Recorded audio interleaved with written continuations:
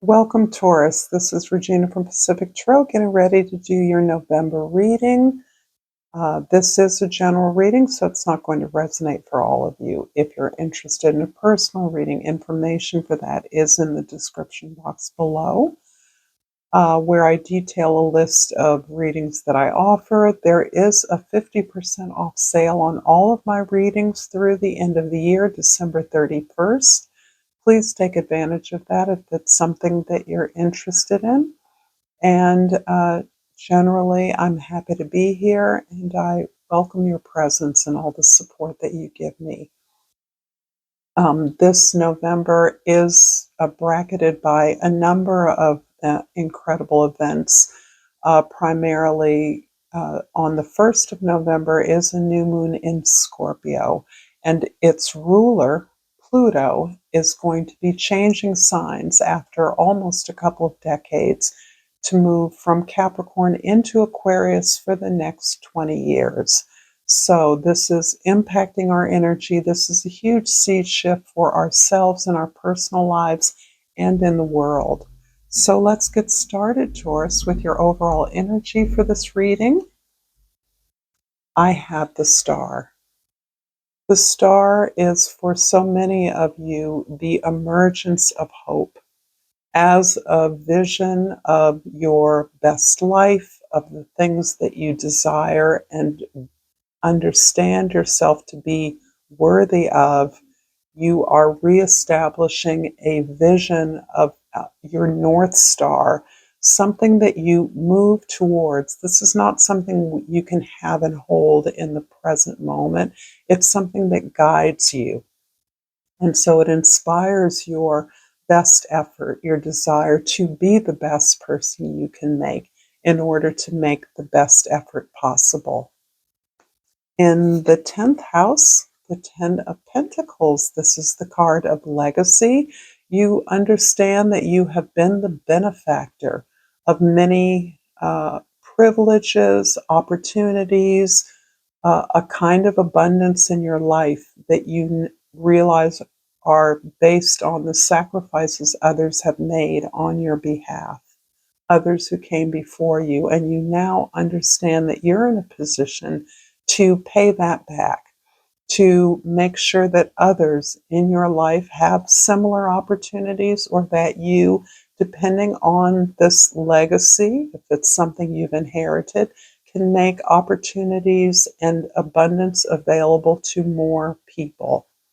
This is a beautiful energy of paying it forward in your efforts to create a better world, find a healthier expression of the best things in your life, the things that you've been fortunate enough to have experienced and that you're able to share with others. In the first house, the Tower. This is your perspective. It's also the way that your attitude moving forward. This feels as though you are see the opportunity in some new experience, something surprising, unpredictable, unexpected. This can be the result of some exposure that you have. You're experiencing something that was different, is different than you thought it would be. You're enjoying opportunities or experiences as a result of some sudden change that you have not allowed yourself to enjoy or participate in the past. So this is something working out in a way that is different than what you expected. This doesn't feel destructive to me. This feels as though you are keyed in to the opportunities that you now have exposure to. And this can even feel like the possibility of traveling or gaining more exposure or education about things that are really new to your life experience. In the fourth house, the house of your home, your family, your history, or your roots, the Wheel of Fortune is acknowledging how hard you have worked. In some ways, the work that you have done, the discipline you've exhibited, the perseverance, and playing your part to the best of your ability is what has paved the way to the evolution of hope, the evolution of a vision of something you now feel you are capable of not only desiring but achieving. This is the universe acknowledging that you are now prepared to build your dreams, to build something that is lasting, that is of value to others as well as yourself.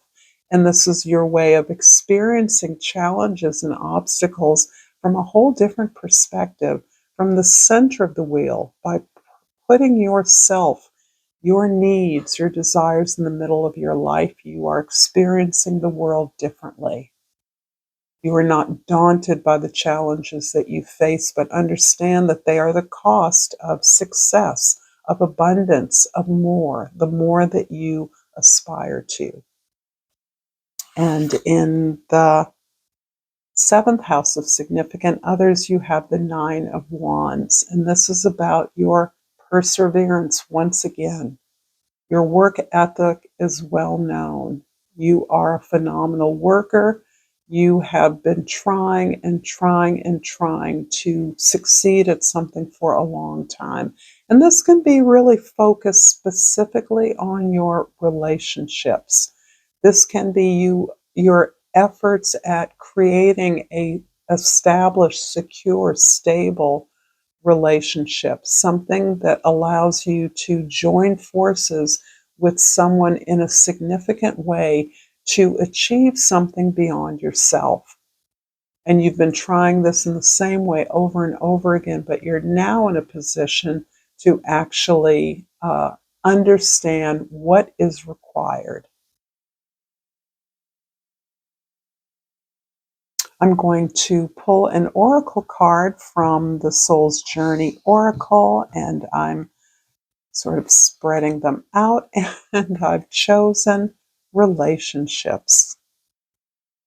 I love it when the cards lead one to another. I'm attracted to those people who serve my higher good. And this indeed may be the key to your efforts at anchoring a respectful mutual love in the past, identifying those who support your highest good, who want to engage in the mutual support that you can offer one another to not only support one another, but to build something beyond yourselves. This is absolutely beautiful, and it hinges on your awareness of what is of benefit to you in the long term. In the first house, the Tower is clarified by the Chariot card. I think I mentioned travel here, and this card is showing me that you're going to be going someplace you haven't gone before. If you're not traveling, you may be entering into some kind of program or getting some kind of exposure to a new experience, a new world, a new culture that you have encountered, you have not encountered before in this particular way. So part of this is the reward of your not trying to fix things, not trying to help others, to the distraction of your own journey, pathway forward towards something successful, something that you desire. You're focusing on what you desire. Whatever you hope or want to achieve is the key to your operating and making space for you to work from a place of your strength, your gifts, your talents. That's what's being unlocked. You're leading with your talent, your love, your desire for adventure, for exposure to something beyond your customary world experience or worldview. The Wheel of Fortune in the fourth house is clarified by the Justice card. So here I see there being a tremendous change in the way that you understand fairness or equity. You have moved from a place of feeling a victim, feeling that Others have held you back, that you have not had favorable opportunities to receive the reward that you have justly earned. In your perspective, you are less attached to the reward or the compensation that you believe you've earned than you are to the way that you have transformed your status as an individual. This is you moving from a place of powerlessness, that everyone else holds the key to my happiness, my success, to a place of empowerment where you're taking full responsibility for your experience in the world. And you understand that it's something you can influence, you can impact, you can control. In the seventh house, the Nine of Wands is clarified by the Judgment card. My goodness. You're making a decision about a reconnection to your past. This is almost as though it's kind of a puzzle. You are releasing the past and your judgments about the past, your judgments about yourself based on experiences you had in the past. And instead, you're recognizing the opportunity to reconnect with a passion you once had, with a gift that you once sought to express and that was thwarted. This is something you may have tried multiple times through multiple opportunities or relationships. But it seems to me as though you understand that the purpose of a significant partnership can be the way in which you and an ally, a friend, someone you're deeply connected to, can be a force for good, can be a business partnership, can transform your connection into something that helps you to build something beyond yourself. And this feels as though it is related to this idea of legacy, this idea of helping others to gain some of the privileges and access that you've had in your life. The Ten of Pentacles in the 10th house is clarified by the Five of Swords. Ultimately, you are changing the way you view yourself, your confidence, your self-esteem, the way you assign value to who you are, the way you recognize that you have value and thus are not as free to give it away. You are changing, not internalizing the feedback that you get, the criticism that you may have received as a child, or the feedback was hurtful and you internalize that. You are releasing that. Others' comments about your efforts, if they're not helpful, are not meant to be helpful. And instead of internalizing that, because you believe in your ideas, you believe in in your value, your deservedness to be supported, then if you can't get it from this place, you know that you can get it from elsewhere. Because you understand the value of who you are and what you bring to the table, you're no longer imagining that you're not enough, you're not smart enough, you're not good enough, you're too old, you're not pretty. Whatever it is you tell yourself to justify why you can't do something, you're no longer buying into those, second guessing yourself.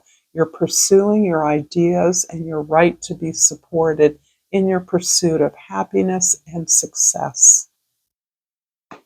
I'm going to finish this reading, Taurus, with a crystal chakra love oracle.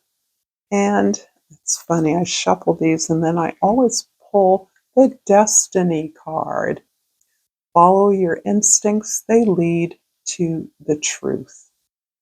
This is focusing on the third eye chakra, which is, I believe, key for you, Taurus, to your imaginative creativity. Unleashing this ability to imagine the possibilities for your highest good and your success. Thank you so much, Taurus, for this beautiful reading. Until next time, Namaste.